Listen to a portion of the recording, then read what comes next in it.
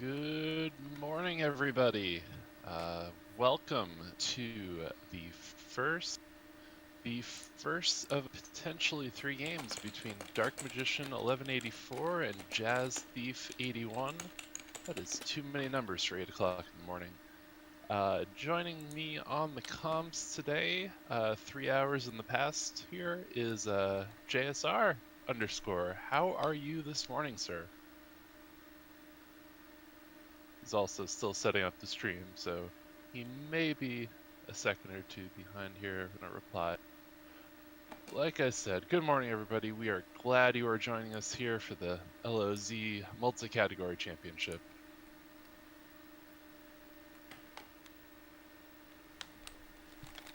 And the race has started, folks.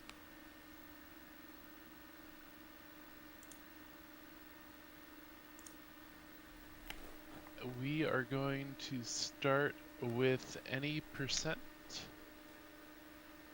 in this category. Goal is simply beat the game. Bowley! Good morning, JSR. How are you, sir? Sorry, I was getting them off and running, and I am great this morning. How are you doing? Kind sir, you get the pleasure of having the sun up, as these guys have the pleasure of fighting red Darknuts here in any percent level 3. Well, Dark Magician actually not going to fight our Darknuts. He's going to take a top route, which is the safer option and guarantees some bombs here in the Keys room. In the meantime, Jazzthief is going to take the Darknuts. Doesn't get a drop off the first one, but kills the other two to get a floor drop. Gets his bombs. Yeah, excellent job by Dark Magician there, avoiding... Well, unfortunately, it's going to backfire a little bit. He did a great job avoiding the bubble to keep his count, but his count landed on 16 because he accidentally blew up 3 of the Darknuts, and he's down to a single bomb. It's a little scary. Yeah, definitely. That fairy explosion was not too welcome of a thing, but unfortunately, fortunately for him, he can actually diverge his. He's gonna try to get a lucky drop there off of the Darknet room there. He can at least do a divergence of route and go back to the first room that he skipped, kill those Darknuts, and get the bomb off the floor there too. And that is what he's doing, down to a heart. Now, keep in mind, again, this is a best 2 out of 3. Oh, that was 3 out of 3 hearts. He is down for the count, and I imagine going back in for another try. 2 out of 3, any percent, 100% no up A, and swordless. All 3 categories must be raced, and they started off with any percent. They're going with swordless third, Bully. I'm not too surprised to see that choice out of our runners. For those who are unfamiliar with how we set the order, the higher seed gets to pick a race and a category in the order, in whatever slot in the order. They then defer to the other runner for whatever race and whatever slot, and whatever's left over goes wherever it sits. And unsurprisingly, I mean, truthfully, James, who really does like swordless? No offense to you guys who do like swordless, but I actually think swordless is fun, man. It's kind of a fun challenge, as we see Dark Magician finally getting out of level 3. Jazzthief with Jazzthief, not Jazzleaf. Jazzthief with a decent minute lead or so as we head into level 4. I think swordless is a fun challenge. I really do. I think it scares people because there's so much forcing bombs. There's so much forcing your combat, right? But if you get that part down, which is way easier than it sounds, the rest of the game becomes easier. And not only does it make it the category itself easier, but it'll make your skills in other categories, like any percent no up A, increase as well. oh, absolutely. It's just in a race setting, in a tournament setting like that, it's a little bit worrisome is the word I'm going to go with, to have to race that to win. I think our runners are definitely, at least our runners in the earlier part of the bracket, and the majority of our runners, I think, feel more comfortable just being able to run a route with the sword. And here we have Dark Magician trying to get a bomb force here off off of the Moblins and the Octoroks, not having any luck there. Finally, but in doing that, probably gave up another minute and a half to Jazzthief here, so he's gonna have some catching up to do in 4. Yeah, Jazzthief, one of the fastest runners from our friends across the ocean in Europe. Having a good start to his run. Dark Magician, unfortunately, not having a lot of bomb issues early, as we see Jazzthief finishing off the breakfast room and picking up his ladder. Dark Magician's one of the up-and-coming top runners. He's one of the very close to sub 30 club. One of the few that hasn't gotten it yet, but he's due. He's right on the cusp, and he'll be sub 30 before you know it. And both these runners very talented. So it's far from over, but it is a pretty large lead that Jazzthief has going on early here. Yeah, certainly, and Jazzthief also entered level 4 with 8 bombs and 4 hearts, opposed to Dark Magician, who came in with 5 bombs and 1.5 hearts. So Dark Magician probably gonna have to take a little bit easier here. Wants as much life as possible, getting into our best bud Gleeok. Forces a bomb on the Zol in the breakfast, but with 4 bombs left, now 3 is going to have to conserve resources here to be able to force in the Vire room. So yeah, Dark Magician grabbing his ladder. Jazzthief going up against the level 4 boss, Gleeok. 4 hearts, wooden sword, big boy strats. And I like this fight. Once you understand how Gleeok works, how his hitbox works, I think this is a very fun. It's probably my most fun moment in a vanilla speedrun. I love fighting him. I'm sure a lot of Z1 runners would say I'm crazy for that, but it's fun. It's kind of a nice challenge. It's not terribly difficult once you understand it. Jazzthief making it look easy here, just a few hits away. And it takes Yeah, with Gleeok, the problem with Gleeok is that his fireballs do 1 heart of damage, and we walk in with 4 hearts, so we don't have that much room for error, but Jazzthief definitely did have a patient Gleeok, as Ladgoat points out in chat. Better safe than dead, especially in a race. Dark Magician getting a pack of bombs there in the Vire room. He's off to fight Gleeok now with 2.5 hearts. Down to half a heart. Oh, that's not a good start for Dark Magician, and he takes a death to Gleeok, and oh man, that's gonna be tough to recover from here, Boley. Yeah, we're gonna have to go all the way back through level 4. Decides to dip out. The rules with this race, thankfully, if you die in a dungeon, we just ask that you touch back up in the room that you died in, and thankfully for Dark Magician, in order to get his Tringle completed, he's going to need to touch back up there some point, so better come back with, the magical sword or something else later in the run. Slight correction, because this category that they're currently racing is actually a true any percent, so they are allowed to up A. Yep. Yeah, right. But he is doing the smart thing, because you have to go back anyways. You have to go through the entire dungeon anyways. You might as well just wait until you have more health or stronger weapons, more bombs, whatever the case may be. And so despite the fact that it looks like Dark Magician has caught up a lot to Jazzthief, he's actually quite a bit behind. But as I was saying earlier, this is far from over.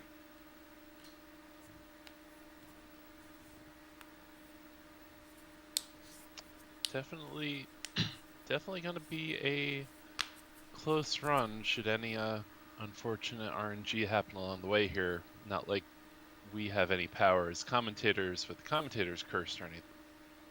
Yeah, absolutely not. And an interesting choice here, Bully. Jazzthief declines the up A. Let's see if Dark Magician does. Neither runner using the up A. Interesting here. What are your thoughts? Might be working off a muscle memory here from running any percent no up A. I mean, it's sort of you have to remind yourself that you are allowed to save and quit, or hit pause, hit up and A on the second controller, and go back to the front of the dungeon, because this actually costs an extra key in no up A. versus, in up A allowed, you would come back to the start and bomb into that Korea room instead of using a key.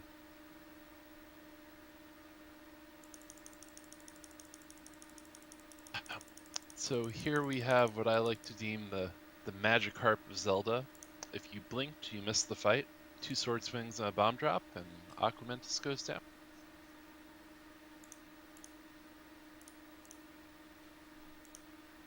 You could say that was a fight of Carpe Diem. Too early for that. Oh, no, I'm sorry. It was the catch of the day. I couldn't resist.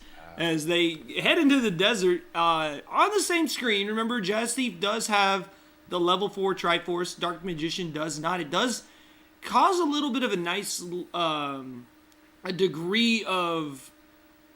it's too early. I can't think of my English terms. I forget the darn word for it. But a nice degree of separation, I suppose, where even though it looks like they're on the same route, they are not. And it should be interesting to see what safeties and backups Dark Magician utilizes, because he's definitely a capable enough runner. He can still make a late surge and come back in this race.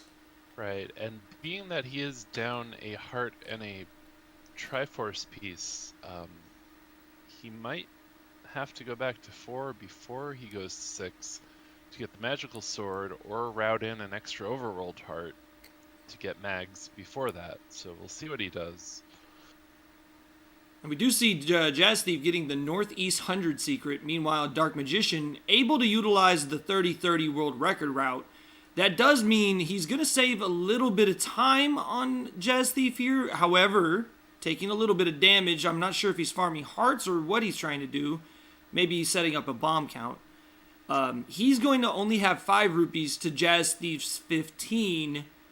Or actually, Jazzthief's going to have a lot more than 15. He's going to have like 50. So he's going to have a ton of arrows.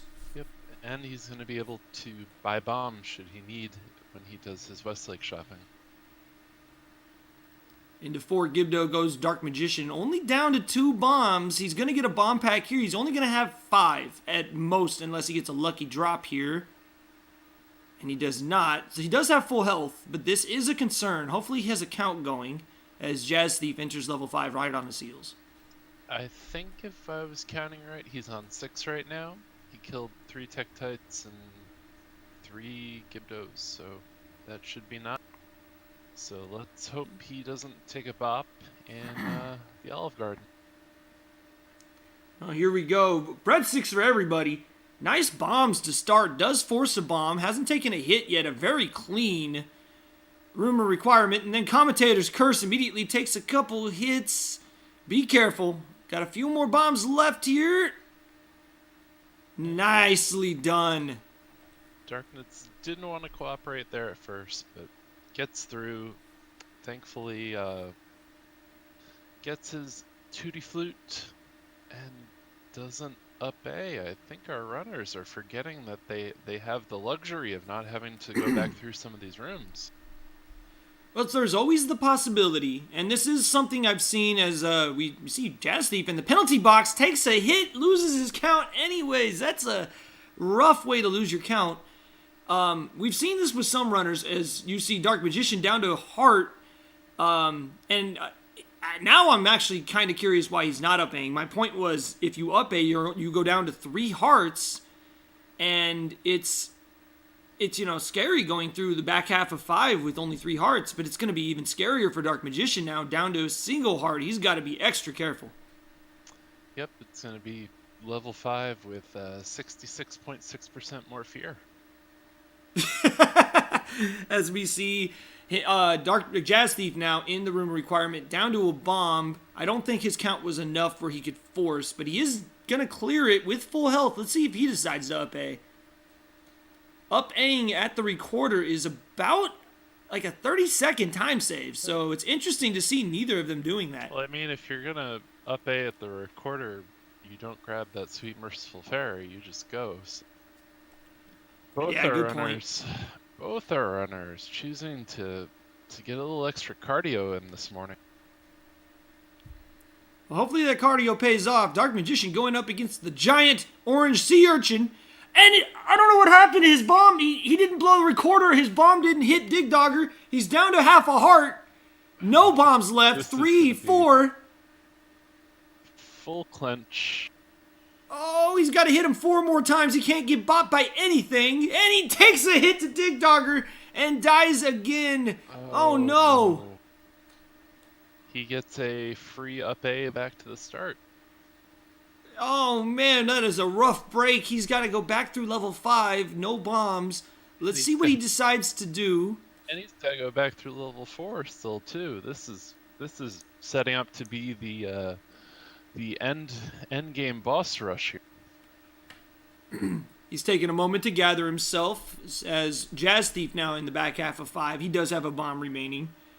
And we'll see what Dark Magician decides to do here. He has a couple options. I mean, you can go back through level 5 without bombs. I mean, Dig Dogger's not insurmountable. I'd argue that Gleeok is a harder fight with 3 hearts than Dig Dogger is if you understand the fight and take your time with it. But, oh, he gets a bomb drop. Very nice. That is also helpful. I was going to say that you could at least throw out the candle and get 2 free hits before you have to start swinging, since both our runners have the blue candle. Ooh, meanwhile, Jazzthief taking a bop. Yeah, he can't. He takes him down. Jazzthief kills the Dig Dogger, and he'll be leaving level 5 now with a rather large lead at this point, but still a long way to go as we cross into the 16-minute mark of Game 1 of our best 2 out of 3 in the bracket stage of the 2019 Spring Multi-Category Championship. And Dark Magician saying in our chat here that his start button didn't work. What a time for that.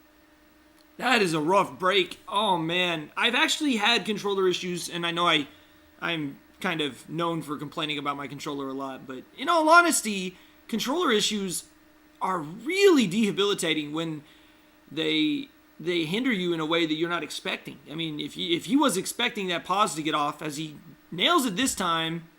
Ooh, but he missed the bomb, but takes him down. It's a very good thing he grabbed that bomb pack. We're leaving level 5 with 4 bombs. I don't know whether he's gonna... I'm trying to figure out what the next best thing to do is at this point. Either go back to 4 and clean up, or wrap around, go to 2, and then go back to 4 after that. Well, it does appear as if he's going to stick to the route. He's going to do what Jazzthief just completed, known as the World Wrap. Skipping across the left side of the screen with the screen scroll. The game doesn't know what to do, puts you on the right side of the map, and you're able to pick up those 2 heart containers on the way to level 2. And as these runners complete these overworld shenanigans... Oh, he's going to 4. Interesting. All right, he's going to clean up his mess now, and this will give us a better idea of how far behind he is on Jazzthief. And to finish my thought as these runners finish their current maneuvers, make sure you guys give these runners a follow. Darkmagician1184, Jazzthief81, working hard this fine morning to give you guys some nice entertainment, as well as my co-commentator, Bowlymania, fine Zelda 1 runner himself. You give me too much credit, sir. I appreciate it. But yeah, definitely give these runners a follow. They are much more competent, we're going to go with, than me.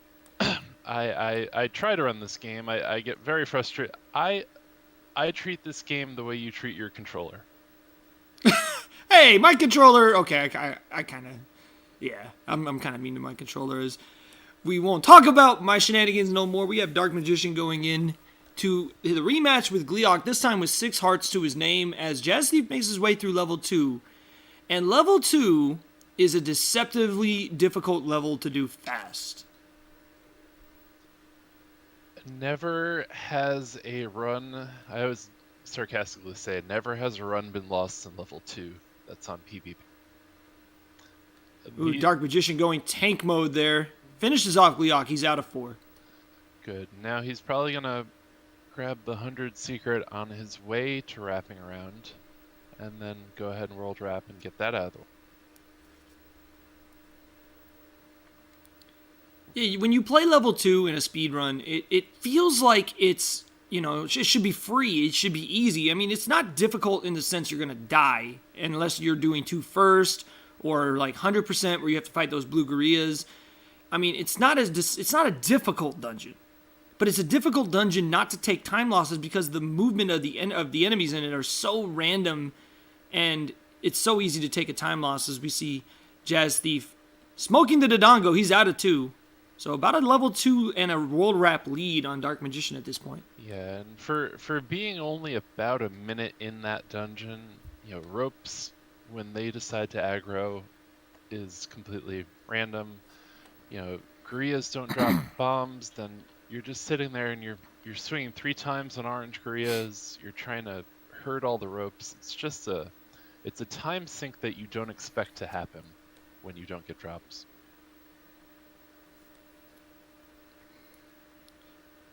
So now Jazzthief with recorder in hand, he's going to do a little shopping at the place my friend Tetrally likes to call the Westlake Mall. Best deals on the primest of dinners. Lots of accessories and stuff to fill your Hyrulean shopping bag with before you head into a body massage to finish it all off. Indeed, and being that Jazzthief has that extra 20 rupees from the hundo, he's going to go ahead and fill up on bombs, because traditionally the rule is for level 7, you need 7 bombs, so only having 6 at that point, because he couldn't get any drop, goes and buys some bombs, and we're in good shape now for 7. Absolutely, and there are backups for bombs in 7, but some of them are kind of dangerous, some of them are out of the way. If he's got the money, he might as well. It is going to hinder his ability to use arrow strats in this river room, so hopefully the bubbles play nice. He's actually killing some of these Octoroks. Not sure if he's farming some money or if he was just trying to start a count, perhaps. A lot of runners will force bombs. If that's the case, he does take a bop. So we'll see what he decides to do in 7. Dark Magician now going through level 2, and he is making up a little bit of ground here, Bully. He's starting to kind of creep up here. He is, and more importantly, he has 6 bombs, which will allow him to skip this career room, and if he swaps early, can start using some bombs. Make his life a little bit easier in this dungeon. There we go, we see the swap. Hopefully get some old arm pattern that, never mind. Commentator's curse. Yeah, you couldn't even get that out. The Molderms, I mean, sometimes we get what I like to call the God Worm, where they stay perfectly in sync, and it's so fast and easy. The world record actually had one of those types of Molderm fights for the longest time. As Jazzthief does get through the bubble room now, he's going to find a hungry gorilla here. Oh, Dark Magician missed both his bomb chances. Oh, and he doesn't have the money to buy bombs, so at best he's going to leave levels 2 with 7 or maybe even 6 bombs. Let's see what happens. Nice. That was kind of scary to watch. When that Dodongo goes down, you're hoping he makes a turn in some direction so you can smoke him. Yeah, that was very fortunate break for Dark Magician. The very possible situation of a Troll Dongo occurred there, and still able to get the 1 bomb kill. He's going to have his 7 bombs, so technically he has enough bombs to get through level 7, but man, what a stingy level 2. He did skip the gorillas. Oh, but oh, we've got a concert. Where's 4-Eye Steven?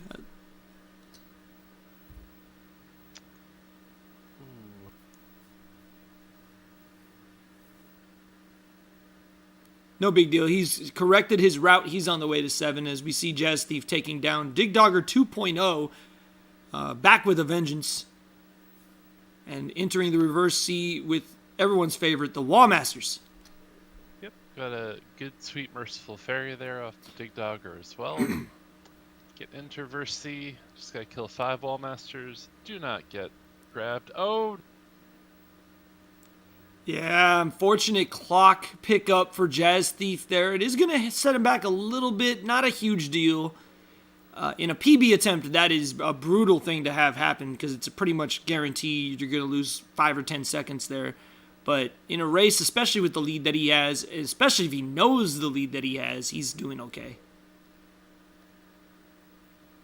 And Raiden asked in chat how Dark Magician got so far behind, took an unfortunate death in 4, came back and farmed.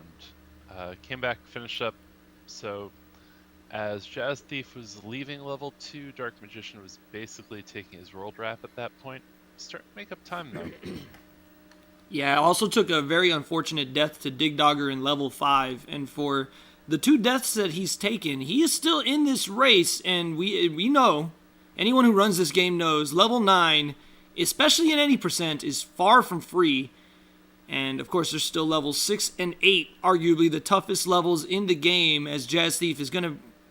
He knows what's coming up. He's going to go ahead and upgrade his offensive capabilities here by grabbing the magical sword.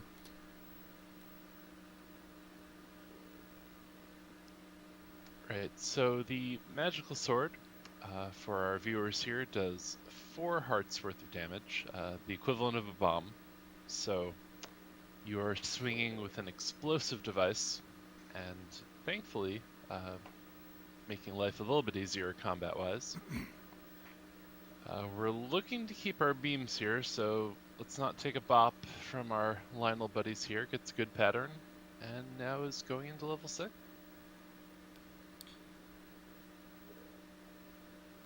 So level 6 is a interesting level from a speedrun standpoint. It's a very scary level from a casual standpoint, but all of the rooms here kind of follow a script, and it's actually very easy to do level 6 quick if you understand the patterns and know what's coming up, as he is in with a room that Darkwing Duck likes to call the Belfry, clears it out quickly, keeps his beam swords, a huge break going into the Magical Breakfast Room 1, and Dark Magician finishing off Dig Dogger gets a nice fairy. It's going to help him save some time on his refill. Yeah, for runners of this game, beam swords are an invaluable resource here. Just because lets you fight things at a distance, lets you deal damage before you really get into a room by shooting a beam out. But mainly, like I said, lets you fight at that distance, keep your health up, and still be able to do some serious damage to anything around you. So unfortunately, Jazzthief using his last bomb there to bomb through the wall, it's the only one we need in this level, but hopefully can get some global drops here off of the Vires or the red Wizrobes. There we go, picks up his bombs. Gonna cost him a menu at some point, but he would have had to menu to swap to arrows regardless. Meanwhile, Dark Magician out of 7, a very good level 7, even with a little bit of damage, he was able to clear that really quick and ended up with a small refill there. As Jazzthief clears Magical Breakfast Room number 2, Dark Magician is slowly but surely making up time here. I'd say he probably has about a minute and a half lead at this point, and with levels 8 and 9 coming up, we'll see if that lead holds up. He's doing very nice here in level 6, only 1 heart of damage as he heads into the most difficult boss in the entire game.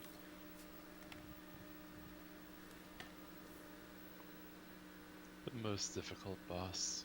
True. I mean, if for what it's worth, our friend here, Goma, takes 1 arrow to the eye to kill, but if you happen to get a bad pattern and don't adjust to it, you lose about 8 seconds for him to cycle through and open his eye back up.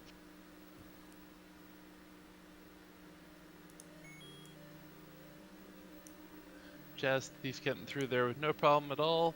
He's going to take a whistle over to level 2. We'll walk through the woods down to level 8, where we get to meet our friends, the Blue Darknuts, again, in 2 separate lovely rooms that never lag at all, right? Never lag. No. There's no reason why the Blue Lagoon is a pun. No pun. No pun.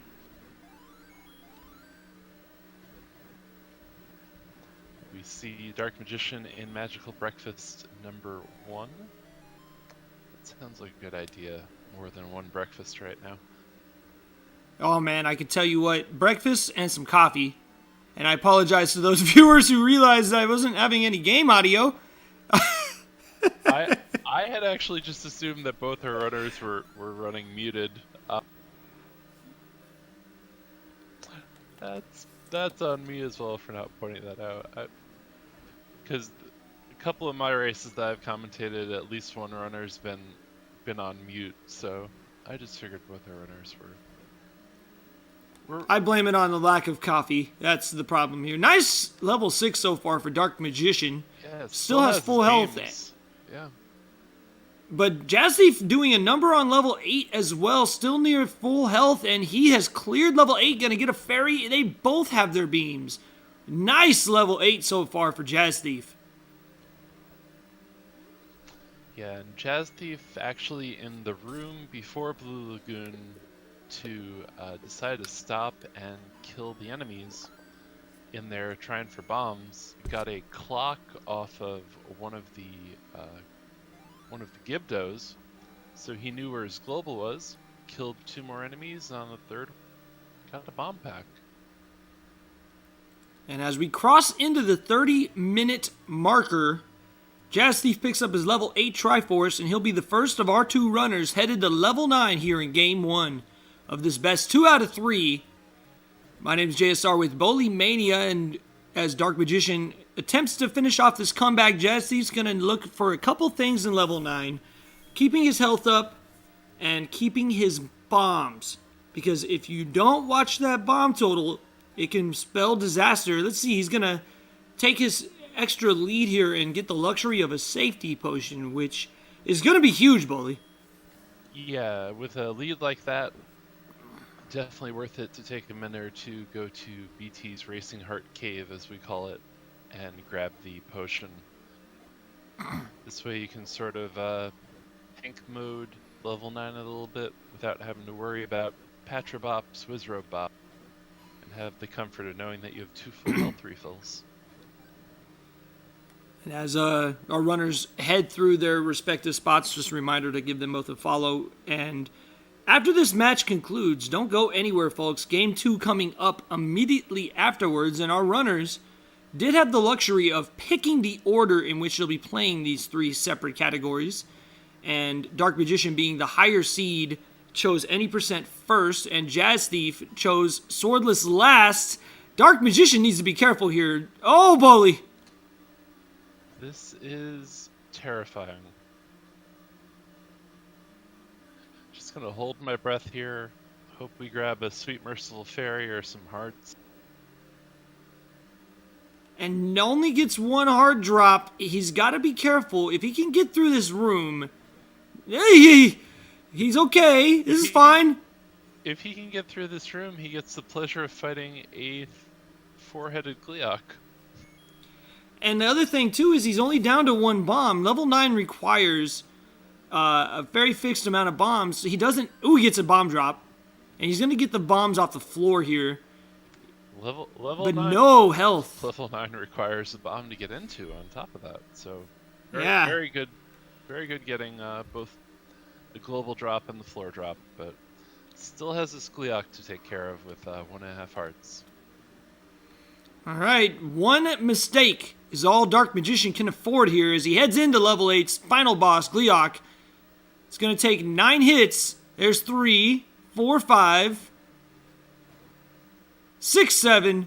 1 more. He got it! Really good fight there, taking no damage. But still, as we said, has some distance to make up here, and with Jazzthief having a bottle of Coca-Cola, gonna be hard. Oh, no! All the Patra. Oh, goodness. Oh, what a troll. Patra went left and then went up, and the way he was sitting, Jazzthief was trying to just get through.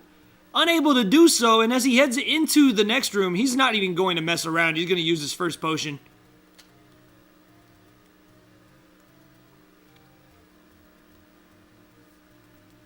Yeah, I mean, that's a no-brainer there. Red Wizrobes, if you're unfortunate enough to walk into one of the beams, 4 hearts of damage. Blue Wizrobes do 2, whether you hug them or get hit by a beam, so better to be full health there and have your beam swords back to fight this room with. I'm enjoying this fight here with Jazzthief just standing in the corner or on the wall saying, "Leave me alone, shoot beam." Well, I mean, you got the beam swords. You might as well utilize them. So, unfortunately for Dark Magician, very much short a key. He didn't. Oh no, you're right! Jazzthief is short a key! He didn't. Oh no! He didn't up A and won. And the lack of keys is going to cost Jazzthief. Oh no! Dark Magician is now our de facto leader.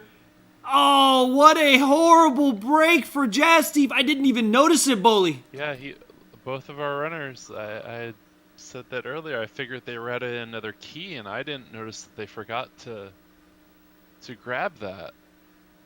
So he's gonna probably whistle to 3 and grab the diagonal Zol key. No, goes to 7. I think his easiest key would be to go to 3 and grab the diagonal Zol room 3 rooms in. Or the. So we'll have. He's gonna pick up the key here in 6, which will give him a key. First room to the right, yeah. And Dark Magician waiting inside of the spiral room here. Very sportsman-like decision to give Jazzthief a little bit of time here to kind of make up as Dark Magician now heads towards Patra 1 with a large lead, and I am kind of blown away, Boli. This race shifted very quickly. Yeah, just unbelievable there. Nobody. Actually, our other runner, Dark Magician, pointed out in chat that he was short a key. And that's a large reason why when you run the any percent category, you have to make sure you get the keys necessary. It's all part of that routing. A lot of people think any percent is just a faster version of no up A.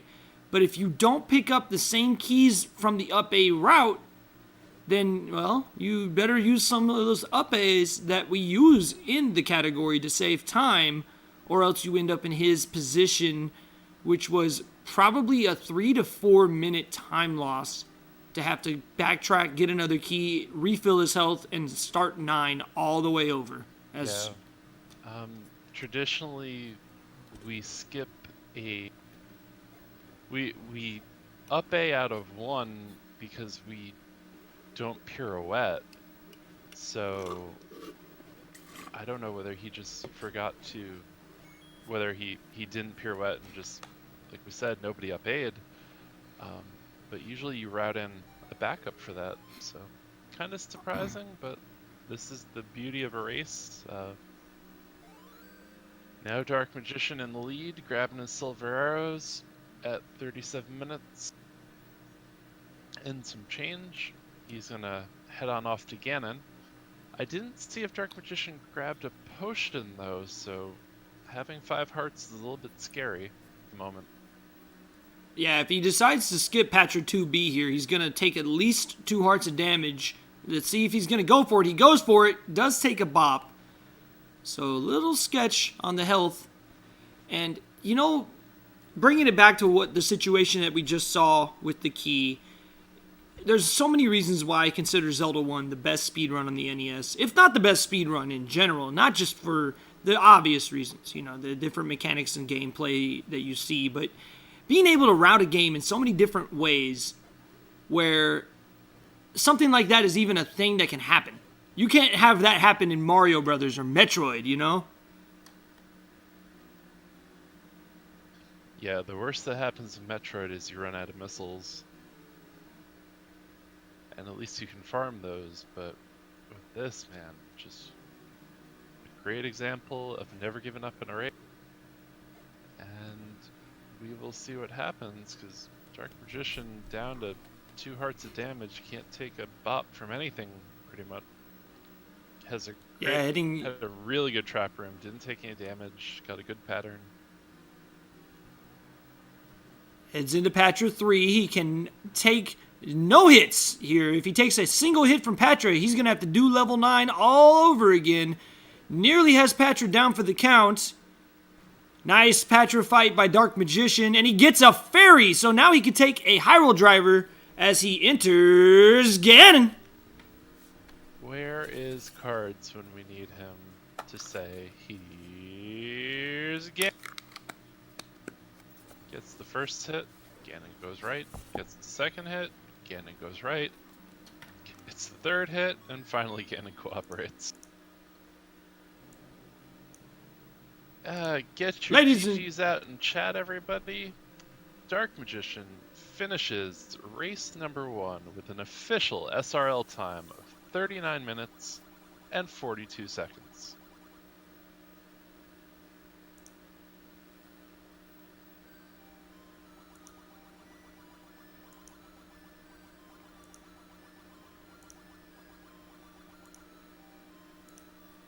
So we're going to ride along with Jazzthief as he finishes this run.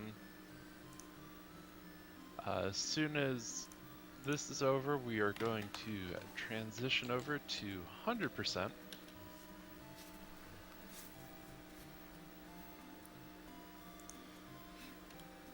Yeah, unfortunate way for the race to shift into his favor, but Dark Magician did what you need to do in a Zelda 1 race, and that is, despite the tough breaks he had, able to recover, to reroute, and completed the run, and gave himself a chance. And Jazzthief, to his credit, ran an extremely good race, a beautiful level 6, a beautiful level 8, deathless and clean all the way up until the one thing he forgot, and it is what it is, Bully, but it was a great run nevertheless. Yeah, Jazzthief's run was a solid run, just forgot to up A and 1 and save that key, or route in a extra key along the way.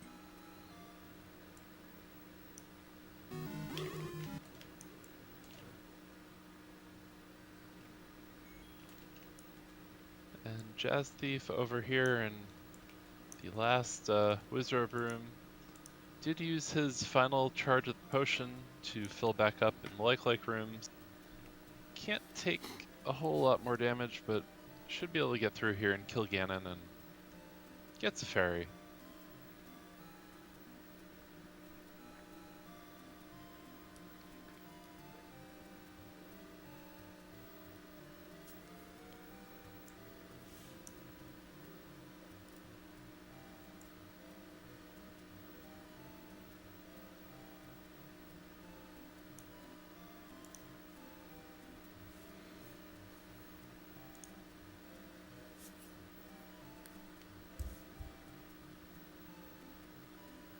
And Jazzthief just trying to set up a count here for the Hippo Fairy, we like to call it.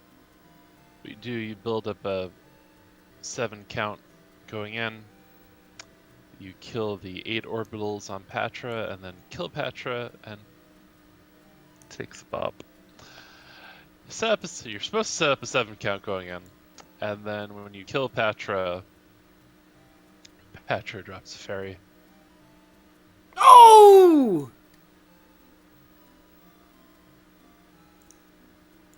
What a tough death. And we'll see what he decides to do.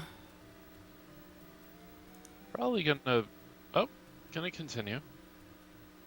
Although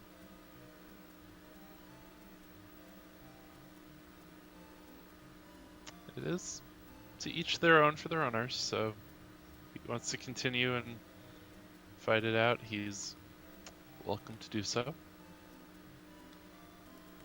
Sorry, we'll cheer him on to the finish line. He's going to refill his health. The only thing he's going to have to do is fight through those Wizrobe rooms one last time.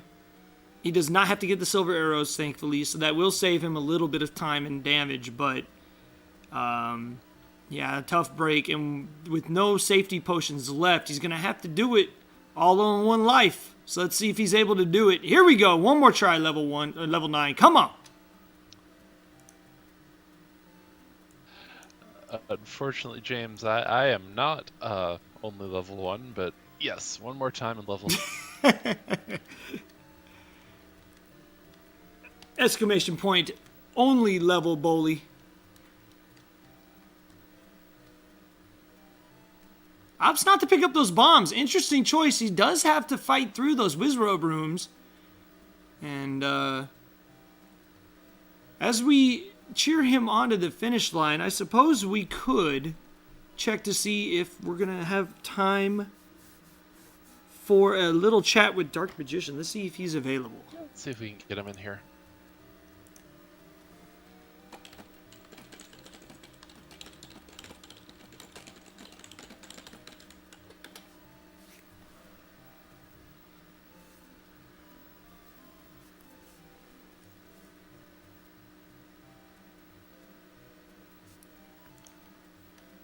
Jazzthief now entering level 9, and as we prepare to get through this dangerous gauntlet one last time, make sure, again, everyone watching, that you check out both of their runners' channels and give them a follow. Both deserving, great speedrunners, great competitors, and good friends as well. Make sure you give them a follow and check them out.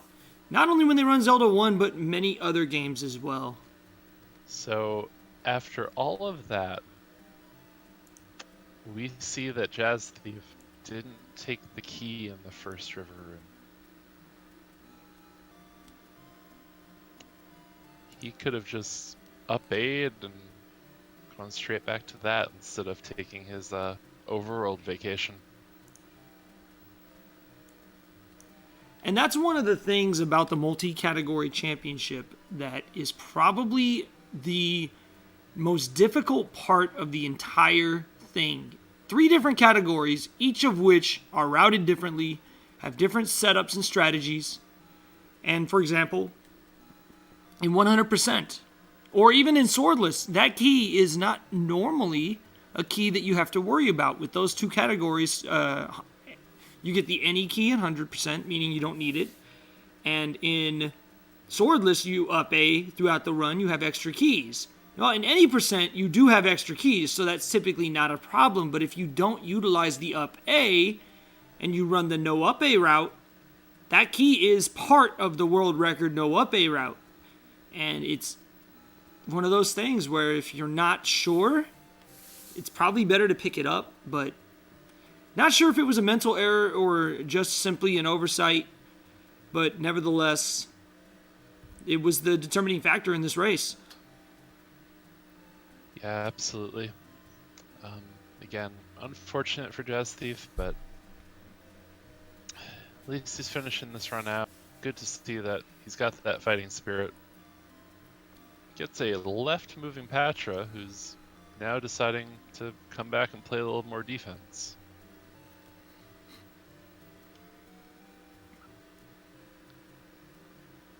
Jazzthief going to do the smart thing, finish Patra off, and now he no longer has to deal with him. Down to 3.5 hearts. It's going to make this next room a little scary. Has a 9 count working at least, so he can force a fairy on 16.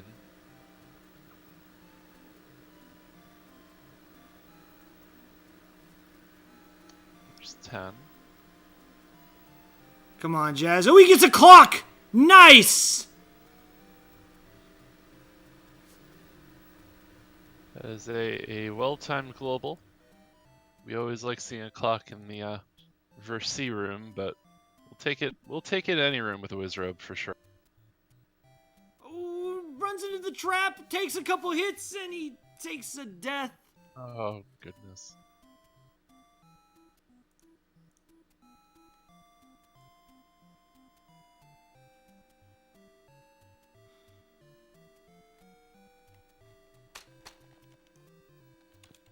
I think at this point Jazzthief is saying mate, for those of you who remember Bloodsport.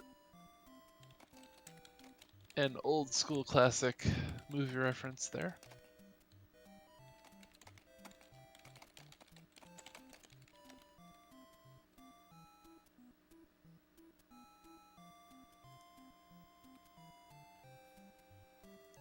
All right, so we are going to go ahead and set up for race number 2. Remember, folks, this is a best 2 out of 3, and coming up next is game number 2.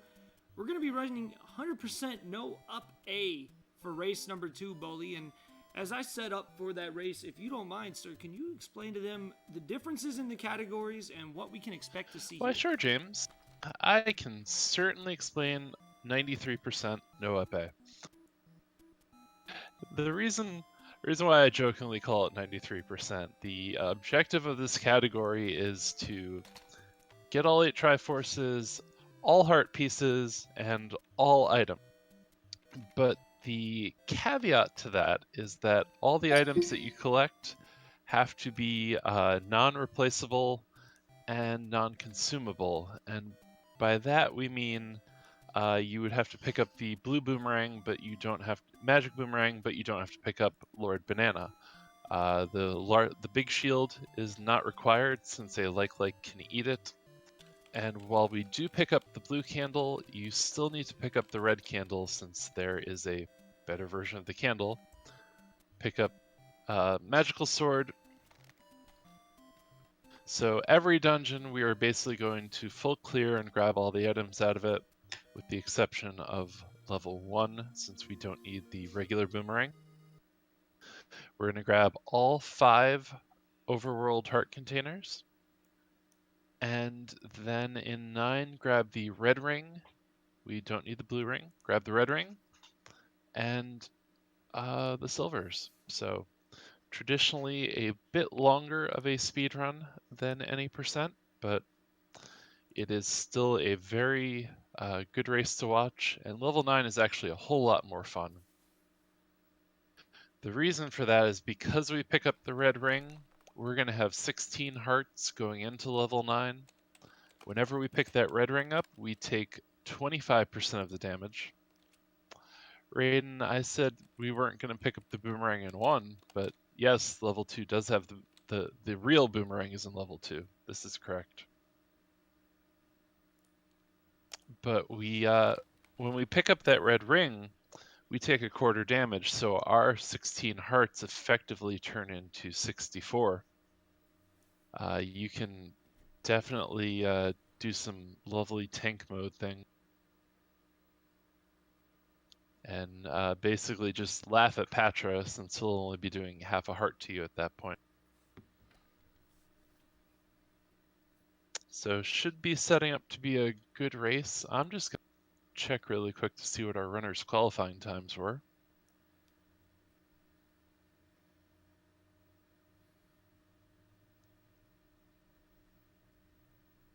So for our week 2 and last chance races, let's see. Jazzthief qualified with a time of 52 minutes and 5 seconds.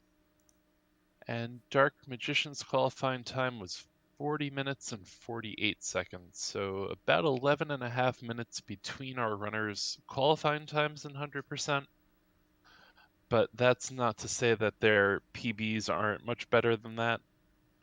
The race qualifiers were a small sample set, so with runners of this caliber, should be a pretty good race to see. We're just setting up the IRC room now for them to get into. When our runner's ready up, we will go ahead and start. And as we can see, JSR did a very good job of changing up his setup. You'll also notice the custom background artwork. We're now on the graffiti artwork after the cross-stitch last game. Level 1 made those, correct, James? Yes, only level 1 live was the person who was able to make all those, and big shouts out to him. Make sure you guys check him out as well. He is kind of on a little bit of a hiatus at the moment, but definitely amazing streamer, amazing YouTuber, under the goal of trying to complete the first level of every official NES game. And as you can see, a talented graphic artist as well. And we will be starting this race shortly, folks. Don't go anywhere. As soon as our runners are ready and in the IRC, we will begin. Yep, in the room right now. Dark Magician is in there. We're just waiting on Jazzthief to join up to the new room.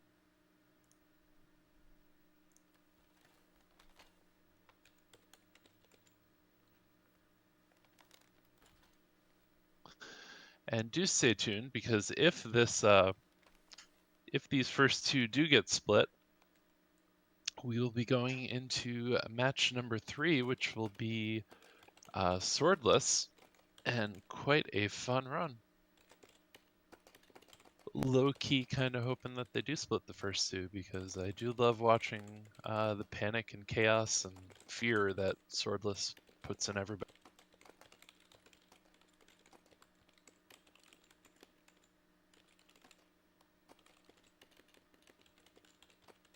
And Dark Magician notes JSR is also changing up his sleep schedule, not only the backgrounds, but his sleep schedule.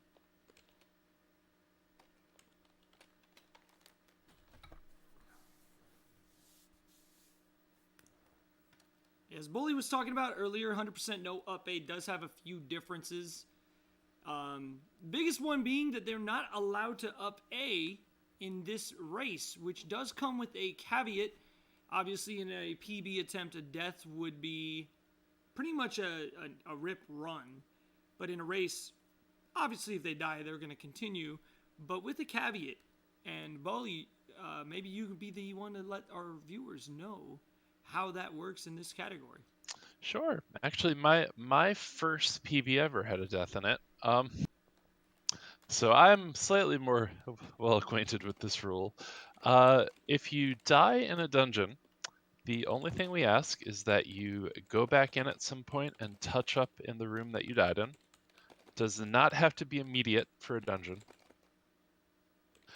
For the overworld, you do have to immediately return there, go back, and start from that point again.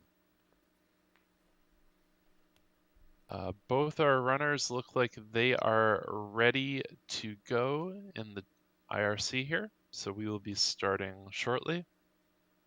Dark Magician has readied up, just waiting on Jazzthief, and then this run will start. I assume, Matt, the IRC is basically just an internet chat room that we have an official race timer and login. So what happens is our runners enter in, they type in .ready, and the race bot starts the race for us. Yes, internet relay chat. And our runners have .readied, so the race will be starting momentarily.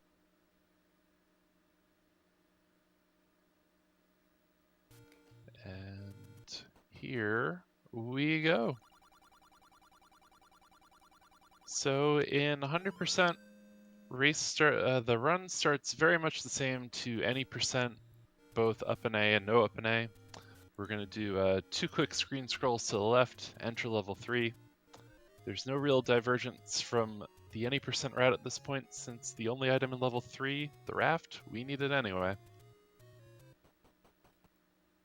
Yeah, the beginning of this route is very similar to the any percent no up A route. Same keys, same requirements, with the biggest exception being the rupees necessary to get a run started are much less strict, and also that the error key in level 4 is not necessary. And once you leave level 4, that's usually when the fun begins for the 3 first 100% route. And there are 2 first routes as well, and lots of other options. And 2 first and 100% is pretty rough. It's not nearly as beginner friendly as it is in any percent. Yeah, the reason why 2 firsts and Hundo is a little bit tougher is because we need to pick up the magical boomerang in 2, and that room is guarded by 3 blue gorillas who not only do 1 heart of damage each from both touching and their boomerangs, and we only have 3 hearts at that point. Traditionally, we would have bombs going to level 2. So to kill them, rather than 5 sword swings each, we would take 1 sword swing and a bomb drop on them. So unless you are lucky in 2 and get a bomb drop off the first orange gorilla room, level 2 becomes exponentially harder going 2 first.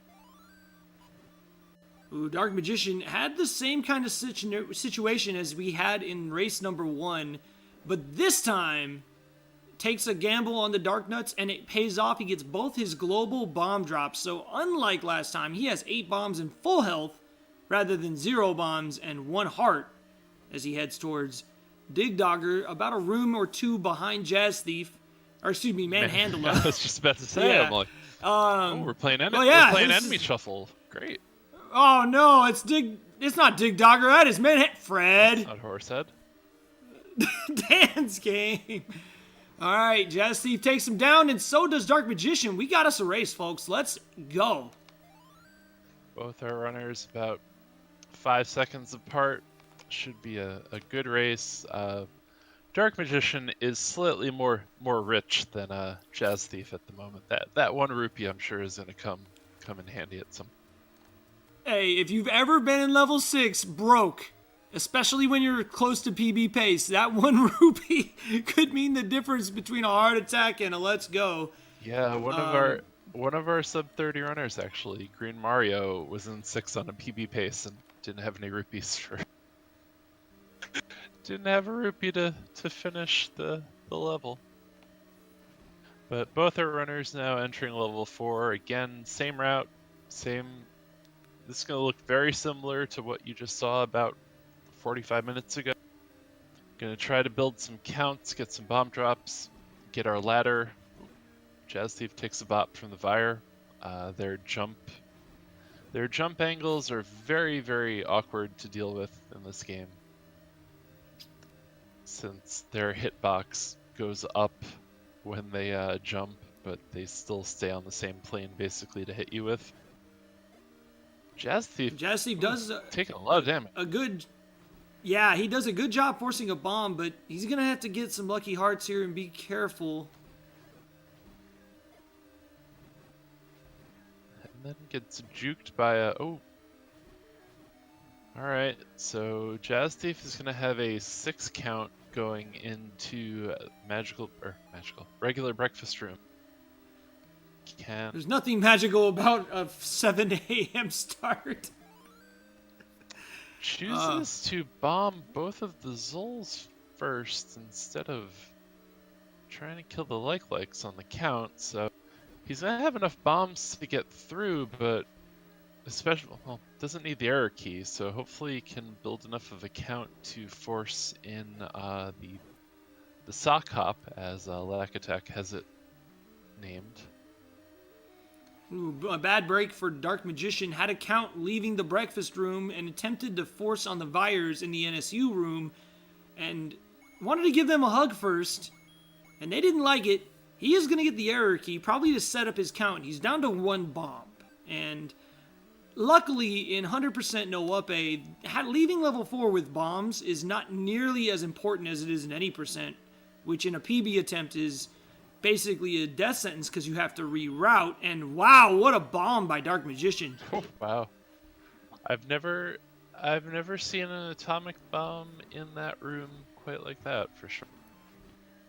So both runners getting the error key, and with 100% no upe routing, if you're doing world record route, Unos has routed that out to the point where it's kind of a player's choice. Nice Gleok kill for Dark Magician. He's out of 4. You have an option. You can either get the error key, do the pirouette, or kill the Moldorms in level 2, which will be the next level I believe that he's headed to.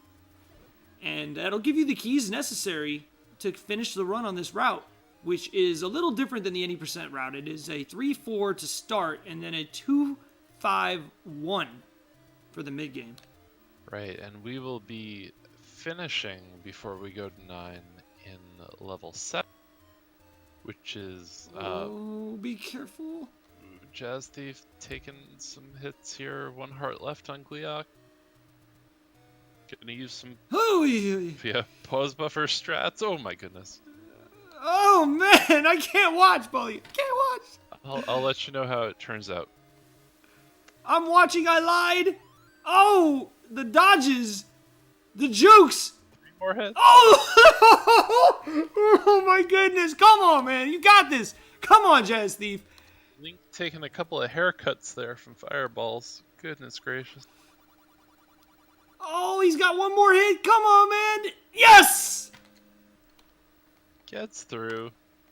That was a terrifying fight, but a completed fight, which is the important part here. So yeah, as I was saying before that moment of terror there, we actually finished this run in level 7, which is awesome for a runner of this game who's traditionally used to level 7 with the wooden sword. Makes that level a whole lot easier. And Jazzthief either taking a second there. There we go. Scrolling over. He's gonna go do his world wrap, grab the coast heart and the raft heart, and then head on over to level 2 himself. So Dark Magician going into level 2 now. This is where we take a slight divergence from not only the traditional any percent route, but also the regular route in 2. We're gonna go ahead and see some guerrillas about a horse here. Well, Dark Magician does get lucky there, kills the gorillas, and after a moment of hesitation, the game's like, alright, fine, you can have some bombs. So he'll have a full arsenal of bombs heading into the best room in level 2. Liquid Husband's favorite room. Gets sniped walking in immediately, but makes up for that with a 8 damage bomb there.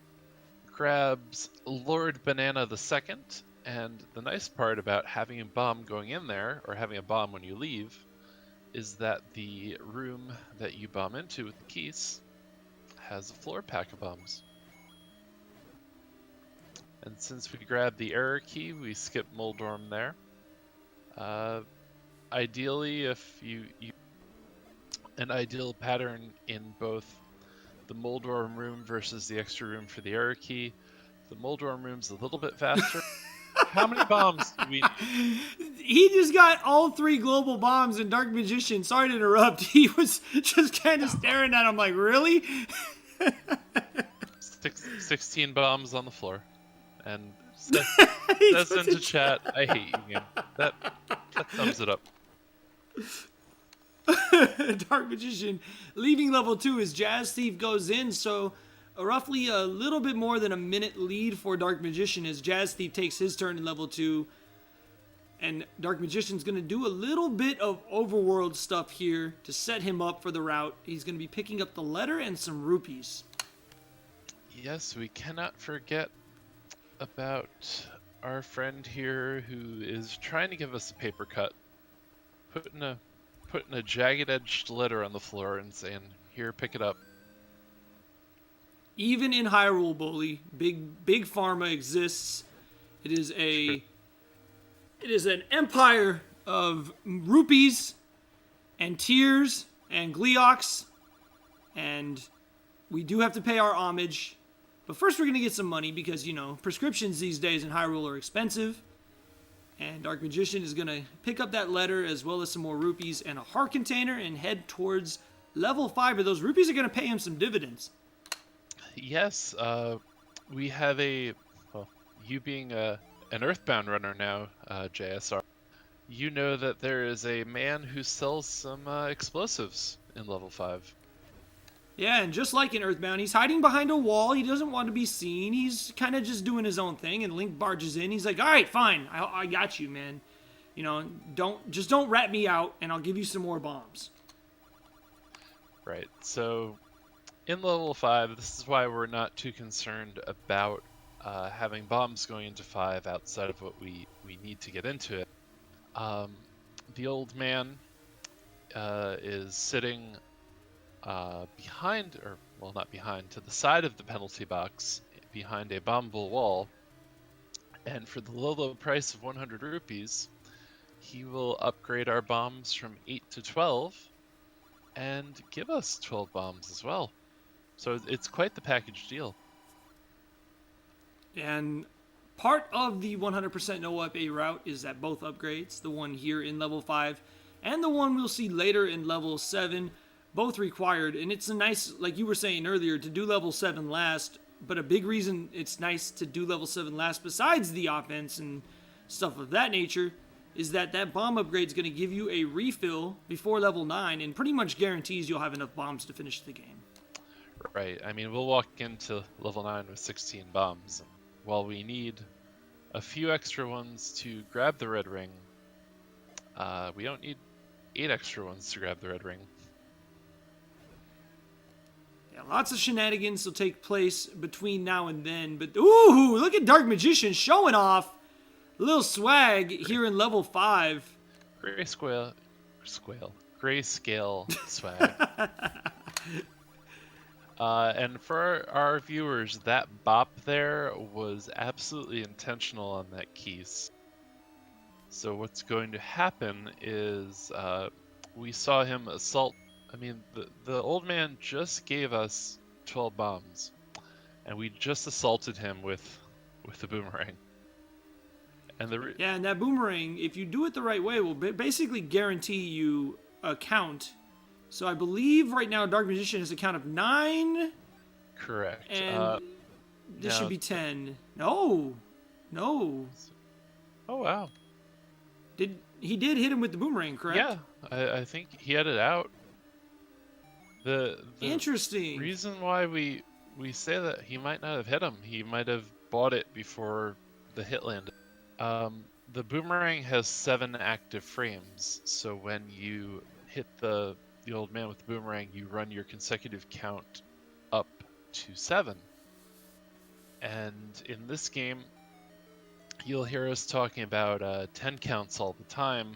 Never really touched too much on that, but when you kill 9 consecutive enemies, if you kill the 10th one with a bomb and it's capable of dropping anything, it will drop a bomb. If you kill 9 consecutive and you kill the 10th one with your sword, if it is also capable of dropping anything, it will drop a 5 rupee. So this is how we manipulate our drops and keep our resources up throughout the game. But unfortunately, I guess he must have bought the upgrade before he got a chance to hit the old man with the boomerang. Yeah, those counts definitely coming into play as a humongous strategy in Swordless, which will be game 3 if necessary. Dark Magician heading into this match with a 1-0 lead, winning our game 1 any percent match earlier. And of course, Jazzthief choosing to put Swordless in the 3rd slot as his choice. Runners get to choose the order in which they race these races, and 100% the lowly leftover category gets 2nd. But 100% is a lot of fun, Bully. For new runners and veterans alike, it's kind of a nice change-up. If all you ever run is any percent no up, I definitely recommend you check it out. It's a lot of fun, and you get to route in a few new rooms as well. And you get to do level 9 with no fear. Yeah, pretty much, unless you have that red ring of death, as I like to call it. Yeah, true. You do have to visit an extra Patra to get through there, and some extra Wizrobes, but once you get it, it's a whole lot more fun to play the game. So Dark Magician now finishing level 5, and does so in a pretty good fashion. He's on a good, solid pace here, and he's going to recorder over to level 4 and head over to level 1. He does need to pick up a heart container on the way. And fortunately, Jazzthief taken a bop or 2 in the blue Darknet room, and a lot of his bombs have been turned into by these Darknets. They're not being too friendly right now. Yeah, another problem is his health is low now. With only 3 bombs remaining, he's going to have to really pick and choose where he bombs here. Nice bomb there. Can take a bop. He's not completely boned here. You can still make this work. And nicely done. Gets out of there. Really good room. Gets a heart. Little extra safety buffer there. So James, what happens if one of our runners accidentally goes into BT's Racing Heart cave and grabs a potion? Don't tell me that just happened, because I was watching Jazzthief. No, Dark Magician. Okay. Heart, but... So in this category, you are required to get all 16 hearts, and we didn't want to have, as a tournament admin, my admin team and I, we didn't want to penalize somebody too harshly for what is an honest mistake, because in a PB run, that would immediately invalidate your run, and you'd have to reset.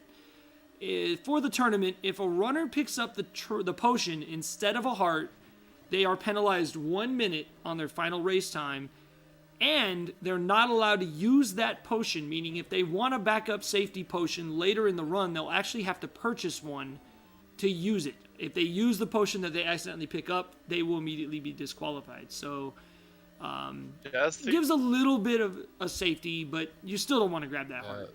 Not to interrupt, but Jazzthief took a hug from a Gibdo there and is down to 1 heart. We are in full beep strat mode right now in level 5. Gonna have to be extremely careful getting through. Using bombs, I don't know if he's farming for hearts or if he has a count going. I don't think he has a count. He had a count off the Keese and some Gibdo, so he might have thought he was further along than he was. Probably crossed the 10 count there, and that bomb on the Zol. Oh, never mind. There's his Force Fiver. Oh, but it does get a random bomb as well. Global was, so. Meanwhile, Dark Magician flying. He's through level 1 and headed towards level 6. He'll stop on the way, purchase some arrows, pick up the power bracelet, and head on in to what is a harder level in 100% because of 1 detour we have to make. Oh, come now. Level 6 is never difficult under any circumstance. What are you talking about, James? Come on. Never, no. Actually, level 6 is probably my second favorite level to play. I actually really enjoy it, even though it can be a pain in the butt sometimes. In 100% especially, because if you play it a certain way, you get a very favorable pattern, and you get to go and get what is my favorite sub-weapon in the entire game behind the boomerang. Yes, I actually do like the boomerang, even though it's useless in the speedrun. I know. Nice fight by Jazzthief. In Swordless, that boomerang is your lifesaver, because not only does it kill Keese for free, it lets you walk through enemies, because when they are stunned by the boomerang, they are invulnerable. Or you are invulnerable to them when they're stunned. Jazzthief with a clutch kill on Digdogger with only 2 hearts, able to avoid damage, kills him, and he's out of level 5, so pretty decent lead as we reach about the halfway point of this race. Dark Magician a full level 1 ahead of Jazzthief, but with level 6 and 8 having a lot of extra required combat, still lots of opportunities for Jazzthief to make up some ground. Yeah, unfortunately, the gap has widened a bit. It was just only level 2 at that point. I think Jazzthief mistakenly opened that shop thinking it was the heart container, or perhaps he thought he had enough rupees to buy the bait. The old world record route would buy bait there. Yeah, unfortunately, both bait shops that we end up picking it up from, they sell the filet mignon instead of the chuck roast. So the cost on them is 100 rupees. I mean, regardless, Jazzthief didn't have 60 to buy bait normally, but we route in 100 secret on the coast to go ahead and afford that bait. Yeah, and 100% no up, we are wealthy connoisseurs of the Hyrulean culinary field. We prefer the best of meats, and we're not going to some lowly Westlake Mall to eat. No, sir. We're going to be eating at the finest establishments over in the forest of something that has to do with culinary delights. I give up. We'll go with that. It's early. It's even earlier for you, sir. It is now coffee 6:20 a.m. right now. The sun has come up in in your hometown, I'm sure. Nice bomb there by Dark Magician, but he does take a couple bops. Oh, no. Ooh, that fairy though. Sweet merciful fairy. So the reason why this level 6 is so much more brutal than 100%, it's sort of a twofold reason. First, In the moat room with the wizrobes, where we usually just grab the key and go south to the Vires, we have to go north through that room, which means we have to come back through it. So not only do we have to go through that room twice instead of just once, the spawn patterns we end up getting in there are different than what we're used to in any percent. So these blue wizrobes are just, they're problematic, but on the way back there, Dark Magician pause buffers on the way in to make sure the spawns are okay, and then gets straight through it with no problems. Shouts out to Dark Magician for full swag in this run. We've seen some Crotch Sword, we've seen some Grayscale, and now we've got the level 6 map. Ooh, Yep. and a nice hug from a like. Yeah, the safest place sometimes in any room is in the warm embrace of a pancake. Because you cannot take any damage while you are in there. Overall, a very nice level 6 here for Dark Magician in the final stretch as Jazzthief finishes off level 1. Plenty of health. As long as he doesn't take a red Wizro beam, he should with 16 shots. I mean, I've never seen anyone miss 16 shots on Goma, but I guess He's commentator's curse, hopefully. probably going to kill a red wizard up here to try to get a global drop of a bomb, and doesn't get it. In Magical Breakfast 2, if we were watching, the chatters were watching, Dark Magician actually set up a 9 count walking in, but as soon as he got in the door, he was greeted by a red wizrobe spawn and walked into it as he was dropping a bomb, so not only used the bomb in the room, but reset his count and didn't get the bomb drop. So has 6 bombs, not too worried right now. We're gonna go ahead and take the any road, one of the few times we ever use this. We're gonna go to the middle staircase, I believe, which is gonna take us to the coast. Gonna grab the last heart container we need out of the coast cave, and then 100 secret directly north of it, and have an opportunity, James, to show off some swag. Yeah, and as we lead up to what should be the finest of swag, Dark Magician running what is the current world record route pioneered by Unos. There are a couple different routes in Hundo, some of which don't involve the HUD clip. And Jazzthief forgot the magical sword, went up to level 6, and now he takes a little bit of damage coming back down. Luckily he remembered. I'd rather take a P-hat hug than a Lionel beam for sure. And I'd rather take either of those than going into level 6 with the wooden sword. Exactly. Look at the HUD clip. Here we go. Dark Magician showing off yet again. 100% all swag. And Very nicely done. The reason we do that is you can't walk directly over to level 8 from that bush, so rather than go up, over, and around, we just go ahead and HUD clip over and clip back in. And it's actually, it's not just difficult because of the clip, and Jazzthief takes another Lionel beam to the bum. There's actually the danger of soft locking, which in this category, the only way you'd be able to escape without having to up A and treat it like a death would be to use the recorder to get out of the bushes. And of course, Dark Magician made that look simple. He's through. He's going to pick up the most important item in the Zelda franchise's history. What is that item, Bully? That would be the book, JSR.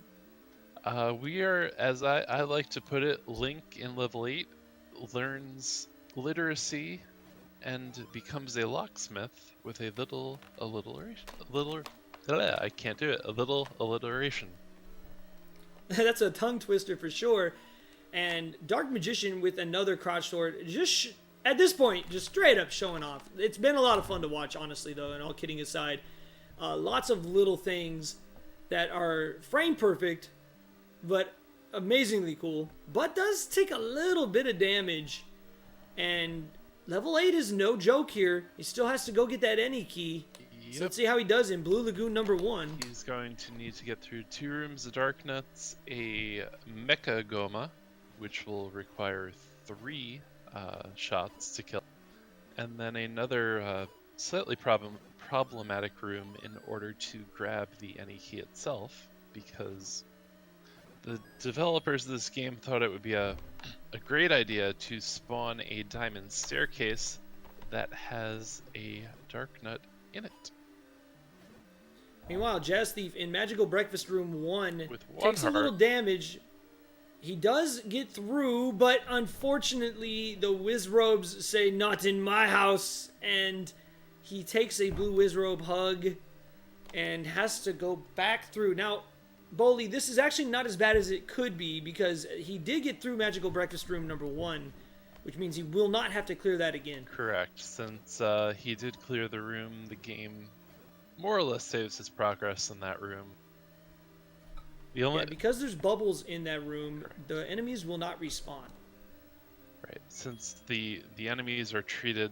Since bubbles are treated as quote-unquote normal enemies, the only time everything will respawn is if you kill all the enemies, so you're saying he has to re-kill the Belfry. But thankfully, since the bubbles are in there, the game restores his progress that he made in that room. Meanwhile, Dark Magician takes a lot of damage in Blue Lagoon 2, and unlike Jazzthief, there are no bubbles in these Blue Lagoons. Down to a heart against Mecha Goma, and his fireballs do a full heart of damage, and this is a horrible situation. He's going to lose a ton of time taking it slow. Boley, he's got to get through this room, or it's going to be huge chance for Jazzthief to get back in this race. Oh no! I'm slightly well, hold on. Let's just say that for now, let's just say Dark Magician wanted to have more swag, and therefore decided to die to Goma there in order to one-cycle it. I mean, this is a huge opportunity for Jazzthief, because with 3 hearts, these blue Darknuts do 2 hearts of damage. And again, unlike Jazzthief's death in level 6, there's no bubbles. Yep. So those He's gotta Dark fight Nuts... these again. Yeah, this is a scary situation for Dark Magician. He takes another death. Oh no! And Jazzthief picking up the wand, he's starting to claw back into this race. Half a heart on Jazzthief here. This is going to be scary too for him. And you'll notice now that we have the book, our wand becomes less useful to the normal runner, but to the game designers apparently more useful. Whenever that beam lands on something, it now drops a fire, as if you were throwing a candle. I actually have to give shouts out to the players of Randomizer, who in Randomizer the wand is extremely useful. Not so much in vanilla unless you're running swordless. Dark Magician down to a half a heart, needs to be careful here. And Jazzthief, oh, both our runners down to half a heart. We can wait. I'll come back to what I was saying, Bully. This is scary. Yeah, Jazzthief using the wand at least to treat it like a white sword beam. Does 2 hearts of damage, so can fight at distance and not have to worry about getting sniped, but doesn't work on Wizrobes. Oh! Jazzthief takes a death in Magical Breakfast Room 2. Dark Magician just did something very smart, I wanted to point out. Because he's low health, if he takes a death here, he, instead of clearing out all the Darknuts, left one alive. What that means, Bully, is that no matter what he does until he clears that room, they won't respawn. So if he does happen to die here, his Blue Lagoon number 2 is going to be a single Darknut as opposed to 6. Right, and unfortunately, if we could only do that in Blue Lagoon number 1 too, but since that room is a shutter door, we have to clear it out. Down goes Goma! Yes! And Dark Magician now, this is not over yet. He has to get past this blue Darknut. Gets a clock, gets a heart, and he's through. Yep. Like I said, the developers thought it would be a good idea to allow Darknuts to spawn in that diamond staircase area. So you have an enemy you can't damage from the front in a total of 5 blocks to walk in. So as Dark Magician returns, has a little bit of wiggle room with an extra half heart. What I was touching on earlier is that the wand in swordless and in randomizer is extremely useful. Not so much in this category, but I've seen a lot of runners start to use the fire as a means to avoid taking damage against tough enemies. And oh no, Bully, this is getting crazy. Yeah, this is feeling like a swordless level 6 here for Dark Magician. Taking a lot of deaths, gonna have to kill both Blue Lagoons again. Unfortunately, yeah, you're right. Since he did die in the staircase room, his earlier strategy of leaving a Dark Knight alive does not matter anymore. They have all respawned, and he's again going to have to clear out these Blue Lagoons with 2.5 hearts. Make that 2. This is a big opportunity for Jazzthief to get back in this race. As not to give any potential hints here to our runners who are listening in on the stream, Dark Magician could go one room to the right here of Lagoon 1 and fire some arrows on those bunnies to build a count. Let's see what he decides to do. Does get a sweet, merciful fairy. Oh, what a huge break for Dark Magician as he heads into Blue Lagoon number 2 with a much healthier situation than he's had since his initial run through, and another fairy! Yeah, Dark Magician is just hacking his game now at this point. This is crazy. And then all the hearts, all the health, and suddenly Dark Magician goes from dire straits to living large. Some other 80s band that I'm going to think of later. I thought about going with Hall & Oates, but I can't go for that. No can do. Alright, Dark Magician finally gets through. Only a few bunnies and a 4-headed Gleeok to deal with here as Jazzthief heads over to level 8. The lead is significantly smaller than it was. But Dark Magician getting through level 8, assuming he kills his Gleeok, means that he should be able to maintain this lead with only level 7 and 9 standing in his way. Yeah, as long as, well... Oh! Oh! You saw what I saw, didn't you? He started walking out of that room, for sure. Oh man. It isn't the end of the world. Nope, as Loudco points out, that fire he shot at the door, definitely stopped him from walking through. Yeah, and again, in this category, we're not going to disqualify runners who forget a heart. It's a 1-minute penalty, but man, that would have been a huge chance because, I mean, the lead is only probably 2 minutes at this point, maybe 2.5 minutes for Dark Magician. Every second's going to count. And luckily for him, he did remember at the last second and came back and got it. So we're all good. We're all good. Dr. Blue says, can't you just go back and get it? And yes, you can, for sure. For that one, I would feel like for Dungeon Hearts, you should have to go back and get them. For pick any's, the 1-minute penalty is fine. And you know, that's a good point. I don't believe we actually discussed that. So that would have had to have been an admin decision. On the fly. Post-race. Yeah. Well, whatever admin are awake at 6:30 in the a.m. Dan's game. I know of one. Wait, who is that? No. Oh, no, don't look at me. Loudgoat's in chat, too. Is he helping with it?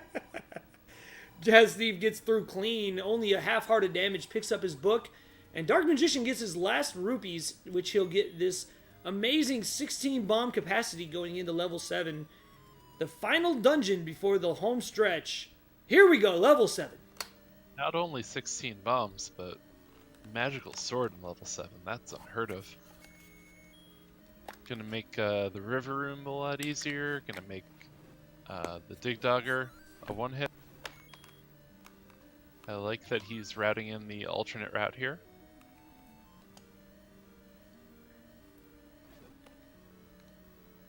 So he's gonna go left, kill these. Well, gonna go left, then north for the Dodongo. Oh man, we've got a fireworks show here in level 7. Dark Magician decides to use some of his bombs. It's RNG manips, I'm sure. Sure, absolutely. So he's just he's swagging now.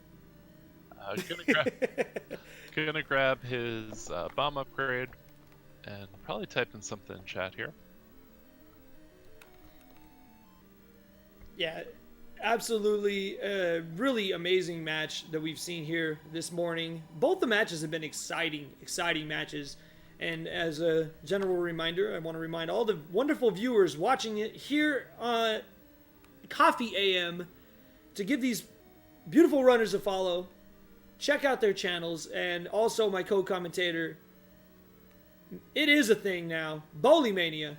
Thank you so much for joining me this morning to help me with what has been an exciting match so far. Yeah, no problem on that. It's not too terrible over here, being 9:30 in the... And we see Dark Magician giving the business back to these Gurias with his own blue boomerang.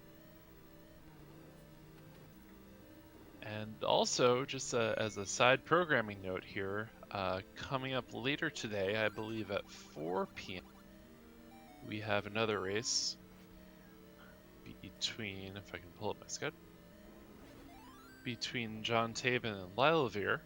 Yep, that's at 4 p.m. Eastern. Tetra Lee is going to be on the call there. Not sure what channel it's going to be on as of yet, but we will certainly. Jazzthief getting through Mechagoma here. Gonna go grab his any key. Gonna take a detour first. Yeah, make sure you guys stay tuned for that channel. That race is going to be game number 3 of the best of 3. Or, yeah, is that game number 3? I believe it is, right? They split games 1 and 2. Correct. It's as far as the schedule says, it says game 3 Tetra Lee, so I believe they did split the first. And Jazzthief took a little detour there to pick up some bombs. Got a global off of the red Dark Nut, and then got the floor drop. Yeah, a room we don't typically see in the speedrun after you finish off Mechagoma, which I'm totally using that now, Bully. That is an amazing name for him.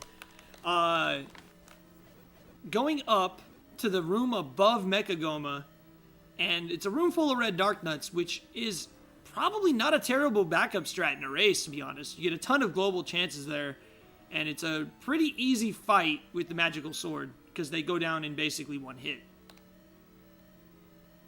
Dark Magician there actually getting a Troll Dongo, went to bomb the wall, and the Datam ate the bomb. So, at least gets 4 more bombs for his trouble there, but a little time loss. Jazzthief down to 1.5 hearts. Got a heart at the very end of that room, but he's going to have to be careful. No potion. And these Gibdos and these blue Dark Nuts do 2 hearts of damage, so a little bit full clench here. He's going to go ahead and clear this room out, which is probably not the worst thing in the world. He'll get a guaranteed bomb drop, and this room will stay clear because of the bubbles. Meanwhile, Dark Magician takes down Magikarp, and he's on his way to 9 at 40 minutes and 6 seconds. Dark Magician is just trying to swagify this run with grayscale everywhere. Now, hopefully, since he's in the chat and listening to us, hopefully he can glitch out 9, because we would love to see that, especially in a race. That'd be great. Shouts out to 4-Eye Steven last year. He was our Cinderella story of the 2018 Any% No Wepe tournament, and he had the unfortunate draw of having his undefeated streak end at the hands of our eventual champion, Lack Attack. And when he went into level 9, Lack Attack was pretty much at Ganon. So knowing that the match was probably over, 4-Eye Steven took it upon himself to glitch out level 9, which is a frame-perfect trick. He nailed it. And if you haven't seen that yet, folks, try to look that up on YouTube. I believe it was a speed gaming match. And I have yet to see that in a race since. I actually can't even do it. I've tried before, and I can't pull that off fully. I believe even if it is frame perfect, it's still 50-50. Like, meanwhile, Jazzthief he's just getting chased right now by 3. Yeah. Using those pause strats, he can take a bop, but he's almost got this fight down. Trying to finish off Gleeok. Yeah. Oh, he takes a hit! This gets scarier too because the heads do a full heart of damage as well, not just the fireball. One more hit and he can do it. Oh, come on, Jazzthief. One more time, buddy. Come on. Oh no! Oh! It's Oh like a my bad goodness, game. Bully! It's a bad game of Pac-Man, James. I can't do it! Oh! Come on. Wow! Oh no. There we Oh go. man! Yo, can I get some PogChamps in chat for Jazzthief? What a clutch fight! Takes down Gliok, gets the heart. He's on his way to level 7. Wow! That was terrifying, and even Dark Magician stopped to watch that in our chat here. Saw Unbelievable him clutch there. pause in the staircase there and gave a nice reaction in chat. Yeah, remember, this is vanilla, so the runners are allowed to watch the restream, and they've been giving us their insights on the run throughout the run and the other race earlier as well. Just an entertaining matchup here this morning. Major shouts out to these runners, just doing a great job of showing us great recovery strats, great swag strats, and overall good moments in an exciting bracket stage match. So now we have Dark Magician getting into... he's going to be grabbing his red ring here in level 9. Has to go through an extra Patra and 2 rooms with Wizrobes to get through. These Wizzies are playing a good zone defense right now, protecting the rim at all costs, but gets through. So Dark Magician will have 11 hearts, and by red ring math, that makes 44 hearts of damage to finish out level 9 here. Actually, very impressive that he was able to get to the red ring with only 5 hearts of damage. Pretty much the minimum you're going to take, because you're going to get hit by those Patras, and they do 2 hearts of damage with the green tunic. Now it's just a half heart damage. So no red ring of death here for Dark Magician, just a red ring of Pagchomp, as he has plenty of health now. Barring a disaster, I think he might have this in the bag, Bully. I'm gonna go with yes. Thankfully, both of our runners don't have to worry about forgetting a key, since we grabbed the any key here from level 8.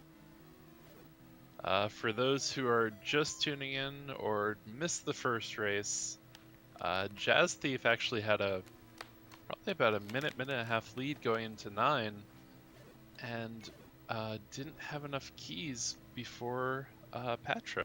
So he could not escape the room that Dark Magician just left. Had to go back out, refill, and ended up losing the race. And I mean, this game is not an easy game to race, and especially like we were saying before, with different routes. I mean, that's the one of the lesser realized aspects of the multi-category championship. You're dealing with 3 different categories, all of which are played extremely differently, and it's very easy for a runner. It doesn't matter how experienced they are, how smart they are, how good or skilled they are. It is very easy for a runner to make a mistake, and unfortunately, that was the undoing in Game 1 for Jazzthief. As we see there, Dark Magician picking up 16 hearts off of a fairy plus a heart drop in Silver Reverse C. But yeah, it is trying for more swag. It's definitely not an easy task to learn this many routes and remember them and be able to execute them without any issue. Yeah, it's been very nice and exciting and wonderful to see all of the runners picking up categories that they may or may not have ever tried beforehand. And we had a lot of similar feedback from a number of the runners, specifically with Swordless, but also with 100%, that these categories seem intimidating, but with a little bit of practice, and I'm not even talking about an insane amount, just enough where you understand how to get your 10 counts, understand the routing. Anybody can beat this game swordless. Anybody can do this speed run. It is really amazing to see how a lot of these runners who have never run swordless before are now putting up amazing times. It's been so awesome to see. Yep, and these category extensions really get our runners much more versatile. Swordless especially, because you have to learn how to keep your counts, avoid taking bombs, manage your resources. In 100%, you have to get used to different spawn patterns, different routes. It's just, all of these are going to make our runners much more efficient and effective in any other category, just because of the skills they're learning here. I was going to say Dark Magician was on world record swag pace, but that was... he did get the bomb clip eventually, but all kidding aside, it's been a lot of fun to watch as he heads into Patra 3. Plenty of health, plenty of money. Would you do the honors, Bully? For the second time, and potentially the last time on this stream today, here's Ganon! He just wants the lights off, JSR. Why do we have to turn on the light in the room? Just let the pig sleep. Down goes Ganon. And a few wands to the bacon brisket. We've got bacon. And thankfully, Dark Magician did not miss Ganon 16 times with arrows. And we'll be finishing, at some point, we'll be finishing with an SRL time when he feels like dunning.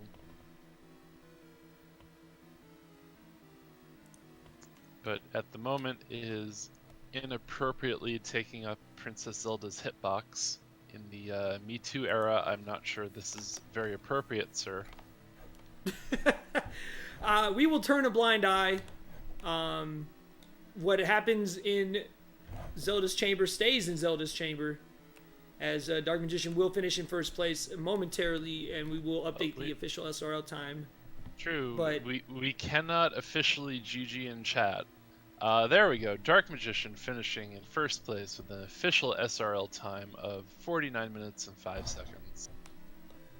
So GG's to Dark Magician. Will be moving on to the next round of the bracket and the tournament. And we'll cheer Jazzthief on as he takes down level 9. His final moments in the tournament this time around, but has done an amazing job holding it down for our friends over in the European side of the world, and has given us a lot of amazing moments, not only in this race, but throughout the tournament. Yeah, unfortunately, for me, I'm finishing up grad school, so my free time during the week was a little bit limited, as I missed some of the qualifying races. Thankfully got to commentate a few, as well as the last chance qualifier with the ever amazing Tetrally. So I've been watching these races lately, but I'm sure that all of the matches so far have been great, as well as the qualifying races for sure. And here is that problem with getting the red ring, as JSR puts it, the red ring of death. This Patra can be quite a pain. But I'm kind of hoping we kill him, because I would love to know what level 8 or level 9 looks like here. I've never seen what level 9 looks like. Just kidding.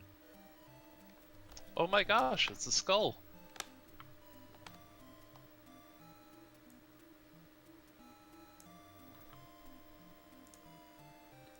So as Jazzthief makes his way through 9, getting it red ring, his health is looking okay if he can get in there. We are joined in the commentators booth by our winner and 2019 Swag King, unofficial at this point, but I think it's safe to say he's going to have it. Dark Magician, congratulations on a victory, a sweep. How are you feeling at the moment? Tired. Tired? It's 10 a.m. The day's just starting. Whatever do you mean? It's like 8 a.m. here, but yeah. Wow. Just that was something. Yeah, that first race, I thought for sure we, that was gonna go the other way, and then we just got to a point. Jazzthief had no more keys. What were you thinking in that first race? What Oh was man, going through your mind when you were trying to catch? the game told me exactly what it was going to give me within the first 40 seconds or I guess minute, when I didn't get any bombs from those dark nuts, and then it died to them. So Yeah, I mean, you had 2 deaths in that run, and it just actually more. I think you had 3. Just great spirit there, keeping up the fight and getting through. For the Hundo run, seemed to be a whole lot better. You had the level 2 with 16 bombs on the floor. yeah, it started better for sure, but level 8 definitely fell apart quickly, as it does. Yeah. So let us know what was going through your mind in race number 1. Obviously, you were watching the restream. You had the luxury of knowing where you were throughout the race. And with those unfortunate deaths, neither of which were in spots which were easily recoverable, and with obviously knowing Jazzthief had a large lead, what was going through your mind at that point? Because sticking with it definitely kept you in the race, and, well, we all know how that turned out. Yeah, I actually wasn't watching the restream until I was heading to 5. So I didn't know how far behind I actually was at the point.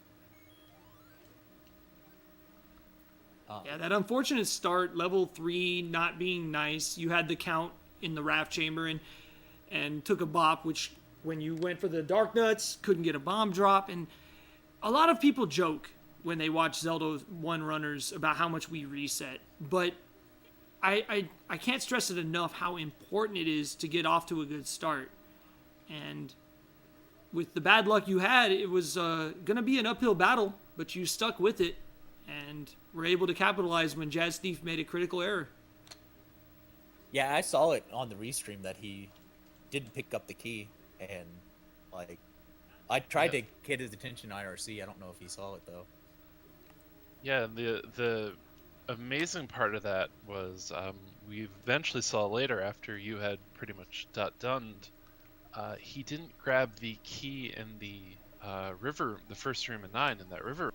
So I don't know whether he forgot it or what, but he ended up taking a big detour, went to 6, grabbed the key in the first room to the right in 6, then stopped at 7 to grab a fairy fountain, then walked all the way back. Had he realized he can get that key, that could have been quite a close race to finish for sure. Yeah, he had me. He had my number. Yeah. So I think, anything, as we always say, anything can happen in a race, and for sure the pressure at the moment might have gotten to Jazzthief there during that race, but like we said, you kept going, you soldiered on, and ended up winning that race and had a pretty good 100% run as well to steal the win 2-0. Yeah, I'm pretty sure that Jazzthief has thrown both these races. I mean, he didn't even up A in the first one. He just didn't want to play swordless. Nobody seemed to up A in the first one. Yeah, we thought you might have had a gentleman's agreement that you were just gonna not use any up A whatsoever. No, I just don't know the any percent route, and I don't want to screw up my spawns, so I just play a normal no up A.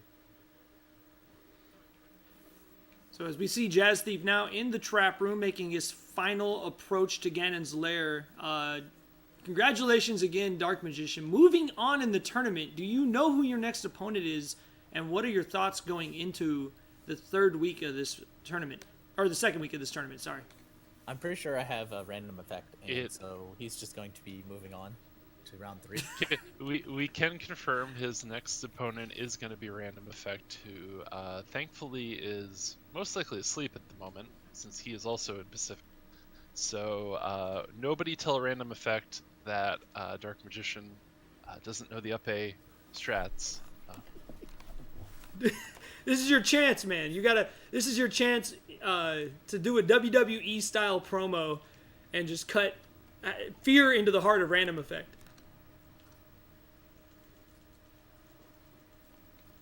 But yeah, I just want to say thank you guys for doing the restream. Thanks for the commentary.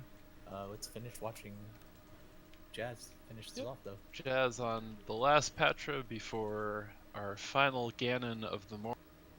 As a reminder to our viewers again, the next race in the tournament is going to be at 4 p.m. Eastern today. It's going to be Game 3 of Lilavir versus Juan Taben. I believe that one is going to be swordless. All right, bacon and eggs time. Let's go. We have bacon. I have Nicely a fridge done. full of bacon. I should definitely cook that. Thank you for reminding me. And Jazzthief finishes in second place with an official SRL time of 57 minutes and 25 seconds. Get your GGs out in chat, everybody, for a great race by both our runners. JSR, did we want to get Jazzthief in here too to have a little post-mortem on the race? Yeah, let me see if I can get Jazzthief to join us, and GG's to him. Finishing off very strong, nice Ganon fight. And we'll see if we can't get him in here for a post-race interview. So yeah, definitely and one more exciting matchup this evening. Well, afternoon, I suppose, if you're on the West Coast like I am.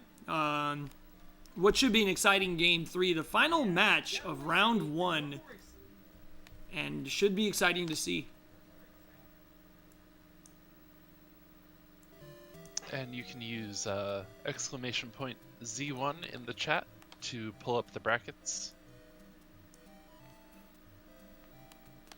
It does appear we have a Jazzthief joining us in the commentator's booth.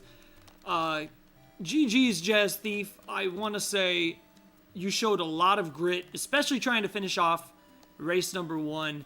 How are you feeling at the moment? Yeah, it was a bit of a bummer. I messed up the first game. I had no idea whatsoever which key I skipped, so I just went straight to level 6.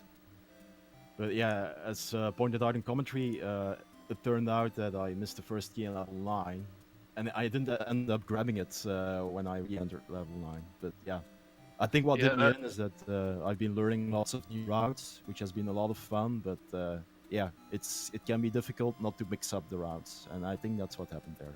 Yeah, that's what we noticed. I didn't know that you had actually skipped that key until you picked it up, and just unfortunate having to take that whole long vacation of the Overworld and Hyrule to come back to 9. Yeah, and then yeah, once I got back into level 9, I also started making a few mistakes. Of course, I knew that the race was already won by Darkmagician at that point. Yeah, shame I wasn't able to finish that first game off. That would have been nice, but I'm still happy to finish my 100% run. Yeah, certainly. Any thoughts on the 100% race? I mean, we saw what happened in the 80%, but anything went particularly well or poorly there? I think it went okay for me. I don't really run 100% a lot. I mean, it's really because of this tournament that I started learning the route, and you know, it kind of started to grow on me.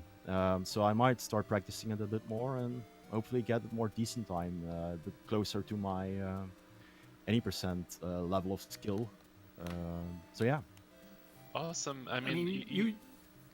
Go ahead, Tris. Oh, sorry. I was just going to say, you definitely showed us all that you have amazing skill in this game, first off. I mean, some of those moments in that second race, specifically the Gleeok fights, just showing off your pause strats, your ability to avoid some of those fireballs, especially in level 8. Dark Magician might have stolen race number 1 and might have won the race, but you won our hearts. And that was a ton of fun to see, man. It was awesome. Yeah, you gave us the Gleeok fight of the tournament. I don't think anything's going to be better than three or four heads of Gleeok and a half heart trying to finish them off. Yeah, the thing is, those kind of things. I mean, when you're practicing and going for PBs, you're kind of. I mean, you're not really bothering with the pause strats. But yeah, when it's a race and you know, getting a death can set you back 4 or 5 minutes or even more. Of course, then you kind of have to pull out these kind of strats that normally you wouldn't use. But yeah, that was a lot of fun. Yeah. Right, especially there, since both lagoons would respawn at that point, and you'd have to go fight all that over again. So really, really great job there. One last question for me, at least. Are you disappointed that you don't get to race swordless today? No. I mean, that's the main positive I take away from losing that first game, is that we don't have to do swordless. I've been practicing swordless and I finished one run, but yeah, it's pretty difficult. I might revisit it, but not anytime soon, I think. Well, for all of us on the tournament admin board, all of the participants, and everybody watching, we want to thank you, Jazzthief, for joining the tournament. Anybody who joins this tournament, with Swordless being part of it, showed a tremendous amount of grit and of guts to do so. And unfortunately, with the losses today, we are going to have to say goodbye to you. But I want to thank you for showing us all that you are a skilled player. I'm very thrilled to hear you're going to keep messing with the 100% no up A category. What can we expect to see from you going forward? Because definitely I'm sure the viewers are going to want to know what they can expect as they all go over to their channel to give you a follow. Make sure you guys follow our runners. Thank you. Awesome. Thanks. Yeah, I mean, I'm not really year in, year out Zelda 1 runner. I mean, there's guys like John Taben and Ted really who just practice pretty much every day. I'm more of a journeyman Zelda 1 runner, but this has given me back, it has rekindled my interest a lot, and I definitely want to get my any percent time down if I can. So that has been a year, that's a PB, that's a year old. So I'd like to shave off maybe a couple of minutes. And yeah, as I said, get my 100% time. I think around low 40 minutes should be doable for my skill level. So let's see what happens. Certainly. I mean, like we said, you showed off some great skill in here. Dark Magician showed off the swag, you showed off the heart. It's been a great 2 hours this morning commentating these races.